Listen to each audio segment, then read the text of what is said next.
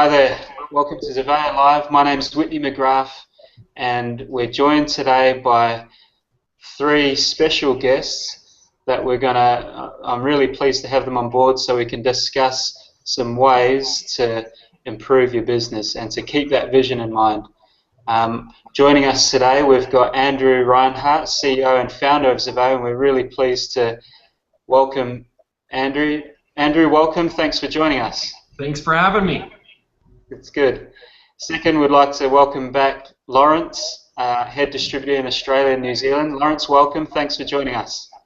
Great to be here. Thanks, Whitney.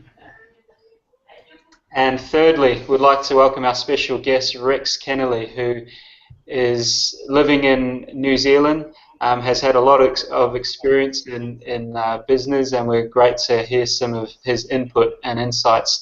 Thanks for joining us, Rex. Hey, thank you. It's great to be here. Fantastic. Okay, so today's topic that we're going to discuss is vision, focus, and persistence. And before we hear from our guests and panelists, I want to explain why we decided to speak about this topic. About a week or so ago, I came home for lunch from work, and my wife Renee, who actually runs Xerveo Mum and is doing really well, I could tell something was wrong. And when we started talking, she just said, "Look, I'm feeling overwhelmed with all of this." You know, she has 5 young children, all under 6, that she's taking care of while I'm at work. And then on top of that now, before we started Xerveo, we thought our plate was full. And now, with the progress and how quickly her business is growing, she's beginning to feel overwhelmed. And we sat down and we talked about it, and we said, "Well, what do you want to do? Do you want to give up? You know, is that an option?" And she said, "No, I don't want to give up. I want to keep going." And so what we had to do is we had to stop. I said, "Just stop everything you're doing. Stop emailing. Stop prospecting for a minute. Just let's regroup and let's see what the problem is." And what we found out is that she hadn't started from the beginning and laying that foundation of goals and having a plan in place so that she can manage and balance out her time more effectively. And when that happens, when you have no plan, you begin to, it's very easy to get overwhelmed and to go from one thing to the next and do lots of things and be spread so thin, but not being very productive with your time. And so we thought, hey, that would be an awesome topic to discuss with the whole team of Xerveo. I'm sure everybody is going to face these times where they need to stop, plan, set some goals, get some vision, and then hang in there, persistence. So we chose those 3 words, vision, focus on that vision, and then persistence, hanging in there, not giving up when times get tough. And one inspiring counsel that I've always remembered when things get tough and when I'm struggling to manage my time is this quote: "If you fail to plan, you plan to fail." And so I've always taken that on board, and I'm really pleased to be able to speak with these guests that we have here to hear what they have to say about these things. I might start off with you, Andrew, and put this question out there. Can you tell us how you used goals and targets to get Xerveo off the ground? I mean, it would have been in your mind, I don't know how many years back when the initial thought came in, but what did you do to get it off the ground, and what are some ways that you used goals to help you do that? I think that's a great topic, and probably one.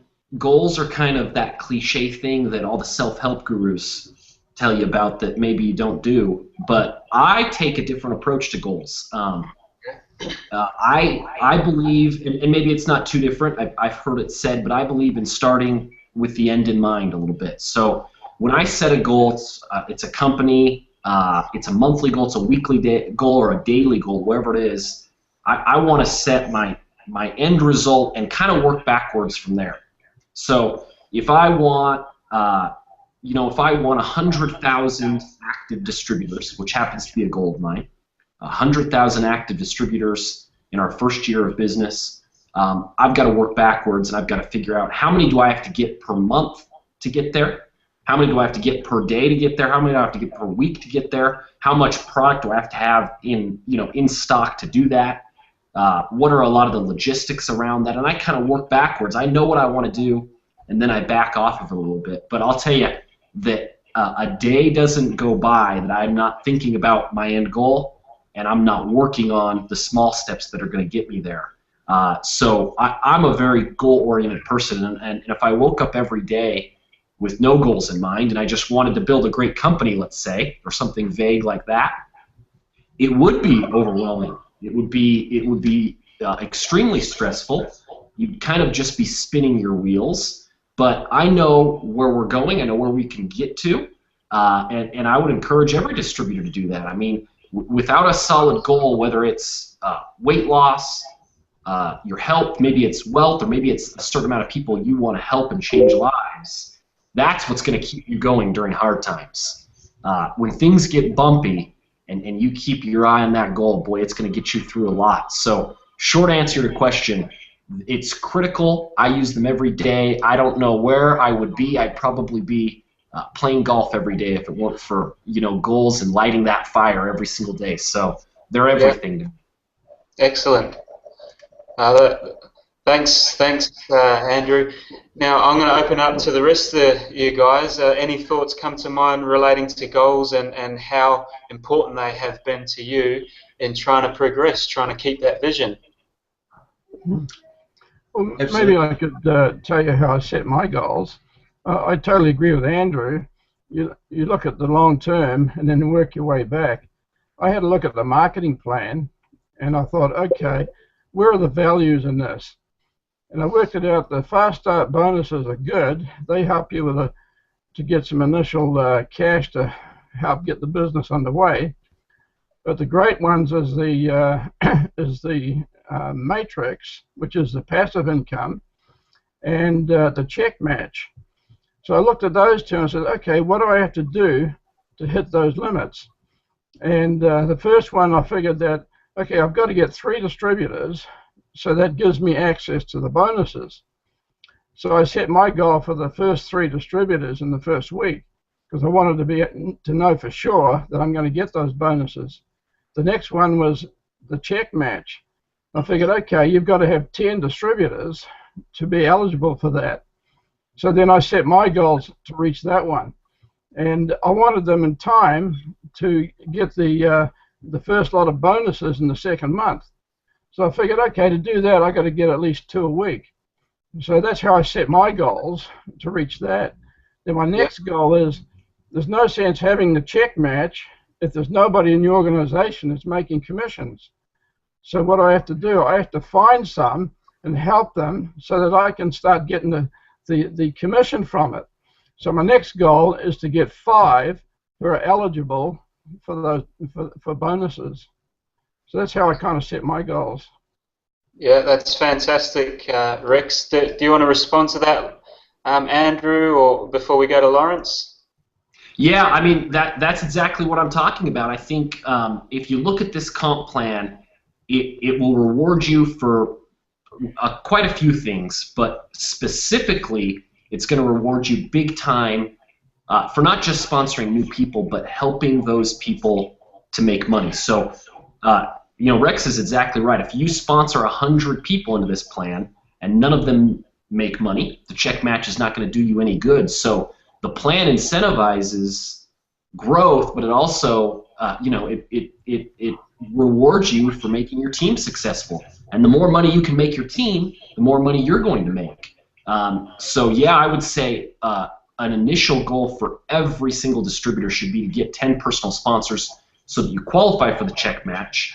I would go beyond that personally, but at least 10, and then focus on getting them to duplicate so that they can go and create an income, and you're going to get 10% off of all of that. If 10 people are making $5,000 a month, you get $500 from each one of those. That's a great place to be. I think you'd probably have a $50,000 a month income if you had that size. So yeah, I agree with everything Rex said. Yeah, great. Lawrence, what are your thoughts with this? The key here, as I can see, being that Rex has only joined recently, is the knowledge that one can gain from this business plan. You can't expect to come in to the company and then start making money straight away without knowing what you're actually doing. So planning is definitely there. Like you said, fail to plan, plan to fail, fail to plan to fail. That definitely is a key to success. Set your plans, set your goals. I always go in it with the mindset that I have keep one eye on the prize, so one eye on the goal of what I want to achieve, but also one eye right in front of me. If you're always looking, if you've got your head in the clouds and you focus on what your goal is, without looking at what's happening day to day, you're gonna fall over because you don't know what's happening right in front of you. If you're always looking down, you're gonna steer off course because you don't know what the end goal is that you want. So going back to what Rex said, he's only been in it, I don't know, not too long. However, he's researched, he's asked questions, he knows what he needs to do in order for this to succeed. Business isn't an easy thing. The statistics around business is 95% of small business fail in the first 12 months. And then 95% of that 5% that actually make it fail within the next 5 years. Now these statistics aren't there just for fun. They aren't there, and people have tried to come into business, and it doesn't mean that those statistics don't mean anything. If you want to succeed at anything, you need to put in the work that it takes to make a business successful. And this is no different. If you really want it to succeed, the only way you can make it succeed is if you have a goal, what you want to achieve from it. Start small. Like if the small goals can be what happens day to day, but the big goal is, like Andrew said, is that a reality, making 100K a month? I believe it is. That's my focus. That's what I want to achieve. Now I need to look at what I need to do day to day in order to achieve that. If I don't do the small things day to day, then the big things aren't going to be created.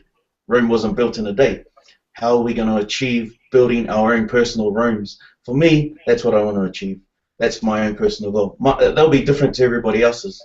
So if that's what everyone wants to achieve that I bring on board, then I help them achieve that, and that's what will ultimately help me achieve my successes, is by helping other people create what they want.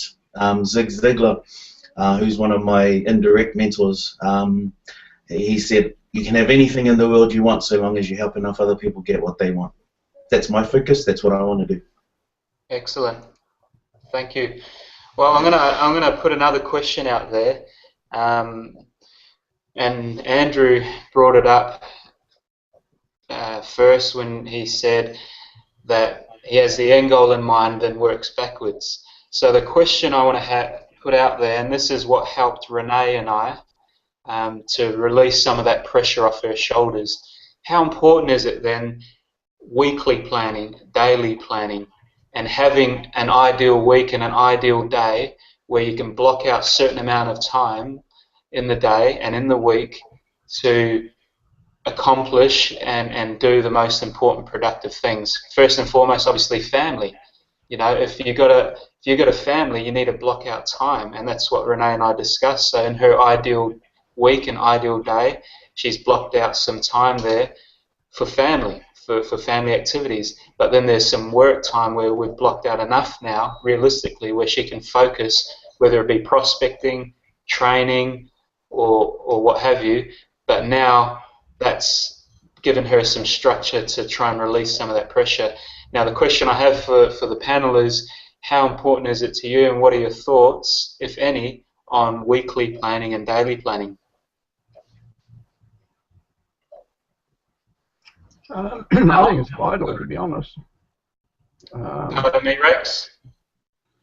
I think you've got to have balance in your life. If you just go all out with business, then something has to give, and the last thing you want to have give is your family. Yeah. And so the whole idea of planning is to balance it so everybody gets their share. I think with business, you got to be very careful with business sometimes, because it can just consume you. And so if you've got your goals set and you know when you want to reach them by, that's where the planning comes. So, for example, to sign up 2 distributors a week, you've got to put time into it. So you've got to make some calls. So how much time are you going to spend each day making those calls? So you plan it, and you know, when you start planning it, that's when you start accomplishing things. Yep, excellent. Andrew, any comments? How have you found effective ways to manage your time? Has planning played a big part in being able to effectively manage your time?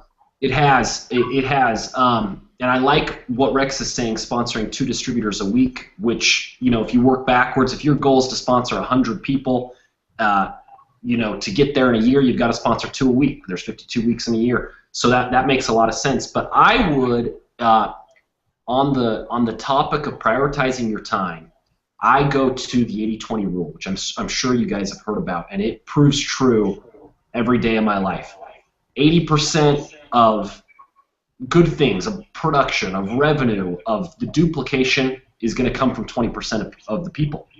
This also works, by the way, with problems. 80% of the problems come from 20% of the people. And I don't think that those 20% are the same people.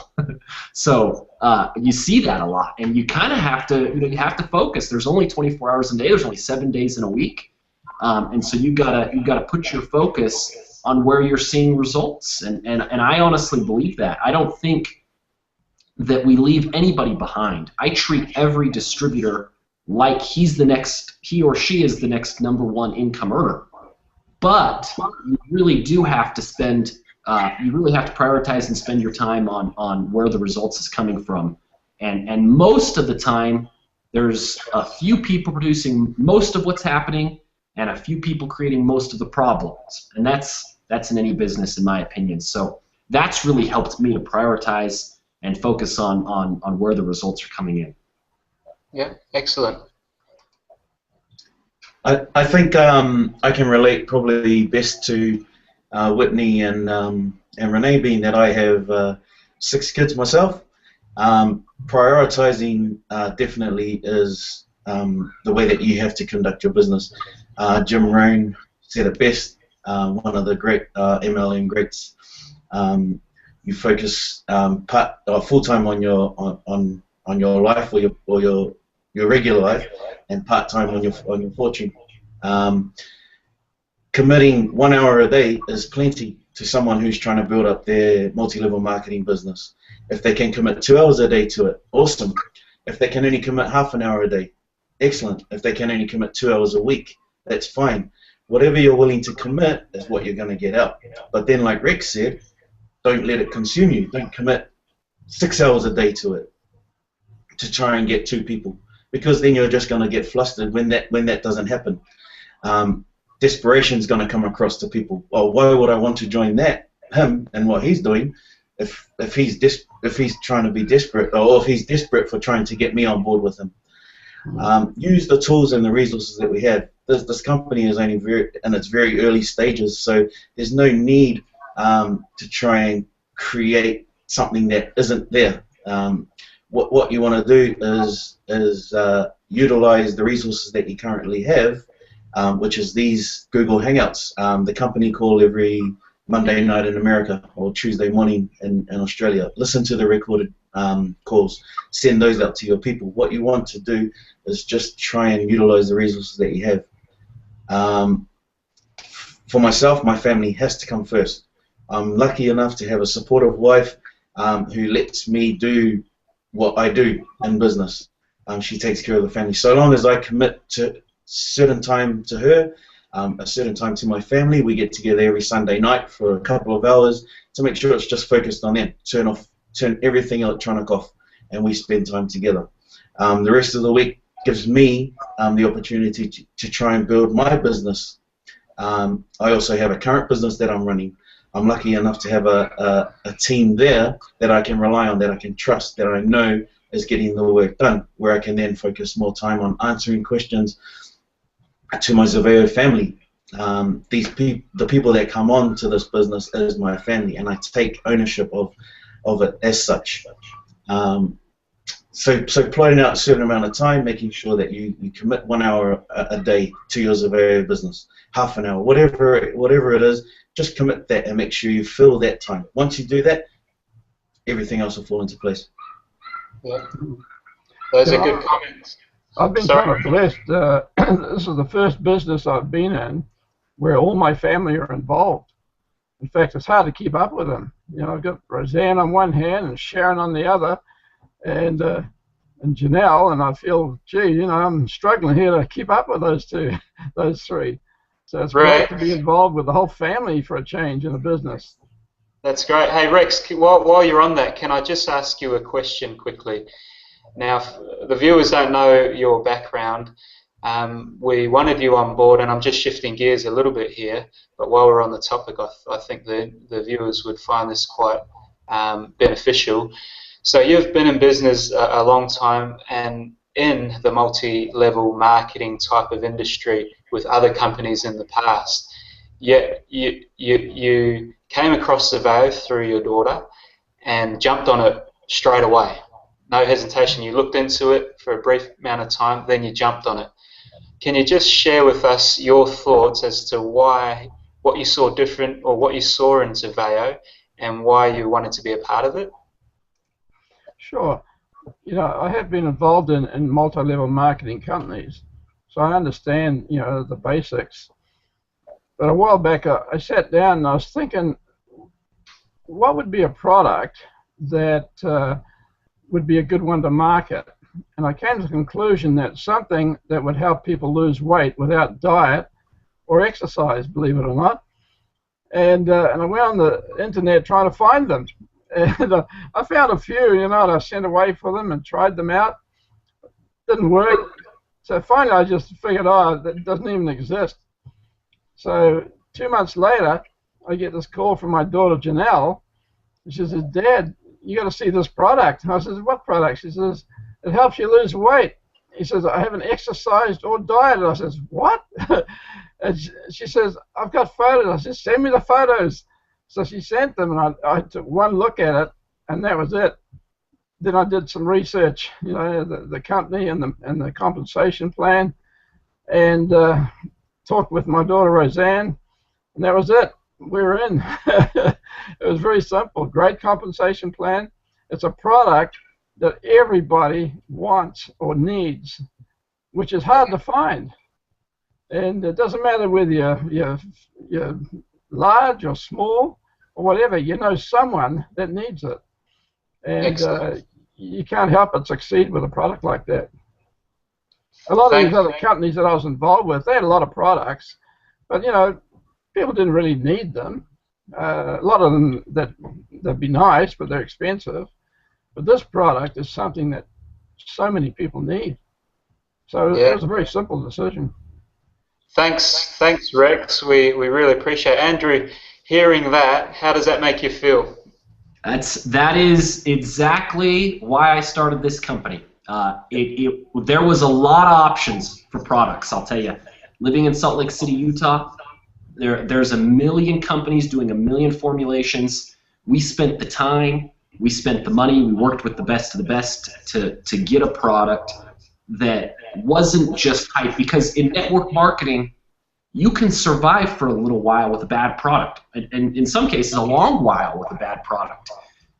You've got, you can create a culture, you can create tools and leadership events and a pay plan that can pay out and make a product look good. I wanted a product that was standalone and that without any of that would work.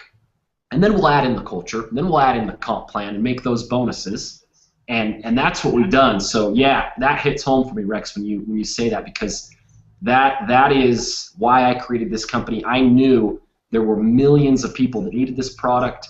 There were millions of people already drinking something like this, but it's an unhealthy version. It doesn't help you lose weight. So we just inserted this. There's no behavior modification of any kind.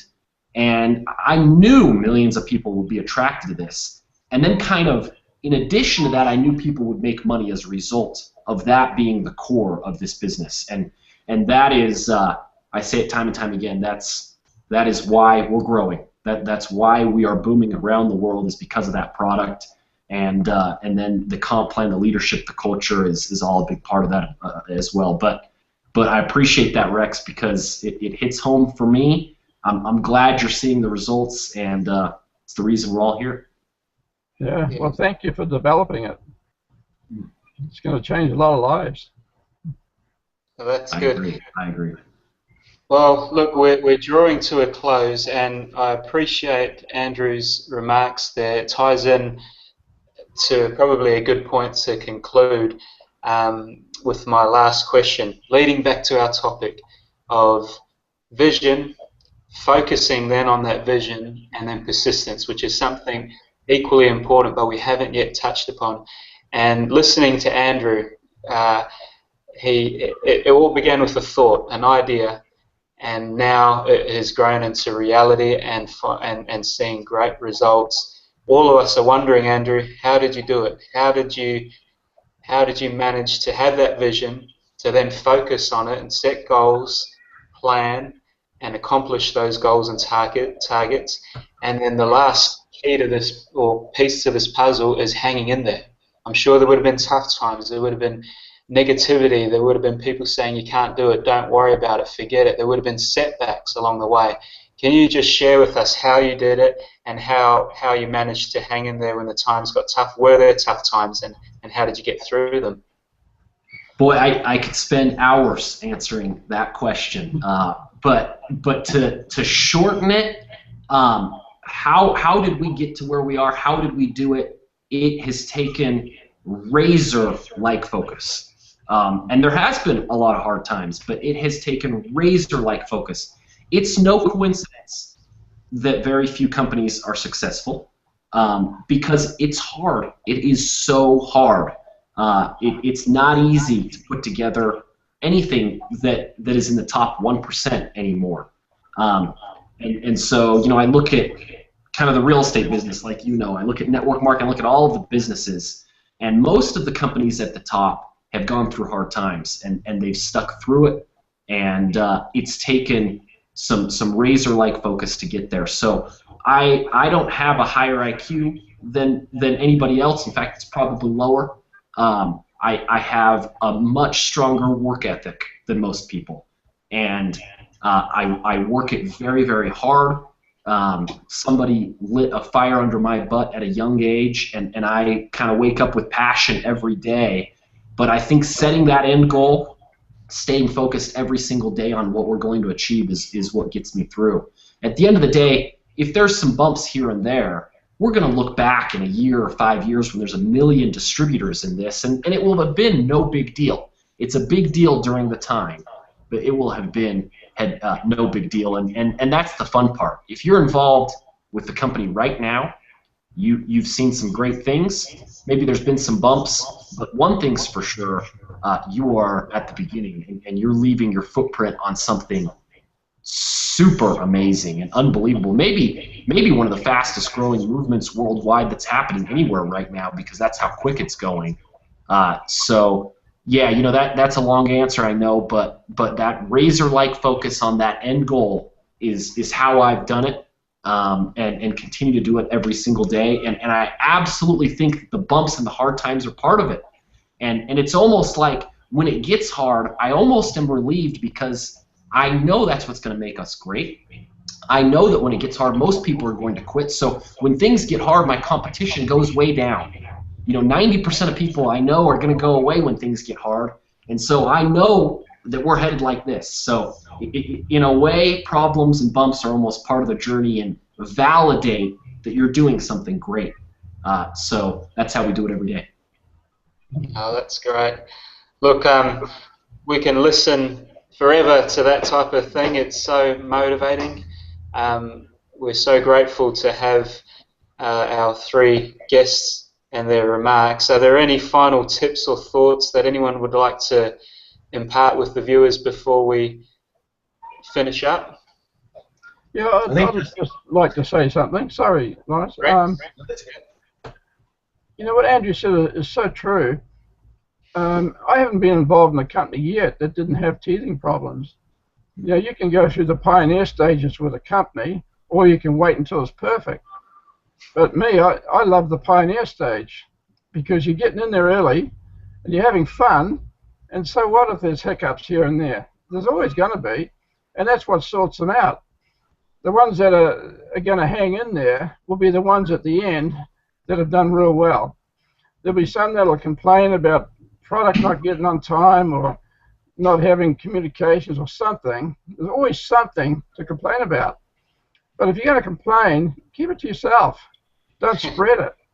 And then just go work your way through it, because you're going to get through it. And at the end of it, you'll be glad that you did. And it was well worth the journey. That's some wise counsel. Thanks, Rex. We appreciate that. Lawrence? Absolutely. Love those words. You can try and get it out when there's negative comments on forums or wherever, and you can't argue with experience, and that's exactly what Rex has just explained. Persistence is the last topic, which you said. Hang in there. Those that hang in there are the ones that are going to be laughing on the other side. This product, focus on the product. The product is amazing. Work ethic, Andrew said it perfectly. If you've got a good work ethic, put up with the problems that you're getting from your customers and show them that it's coming.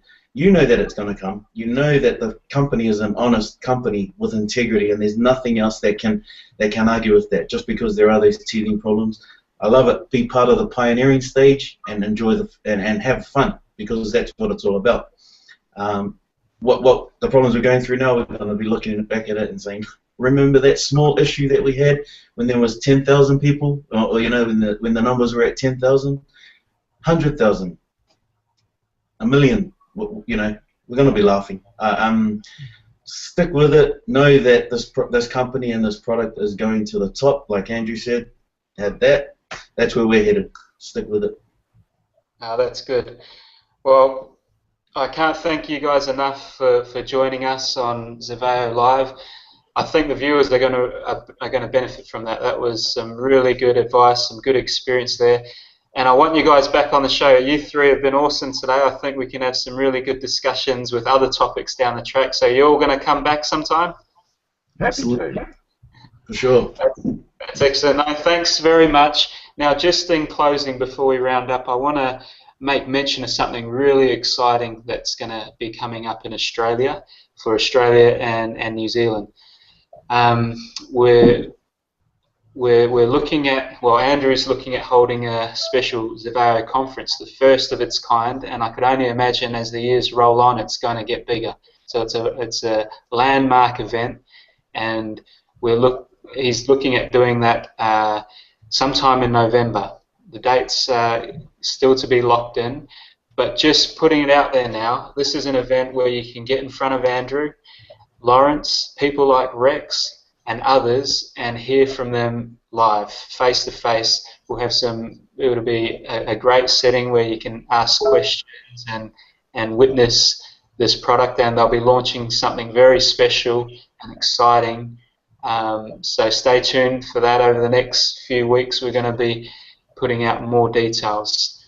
But again, thank you all for joining me on Xerveo Live. It's a program hosted by Xerveo Mum, and we look forward to having you back and having the viewers join us again. Thank you very much. Thanks, guys. Bye. Great. Thank you.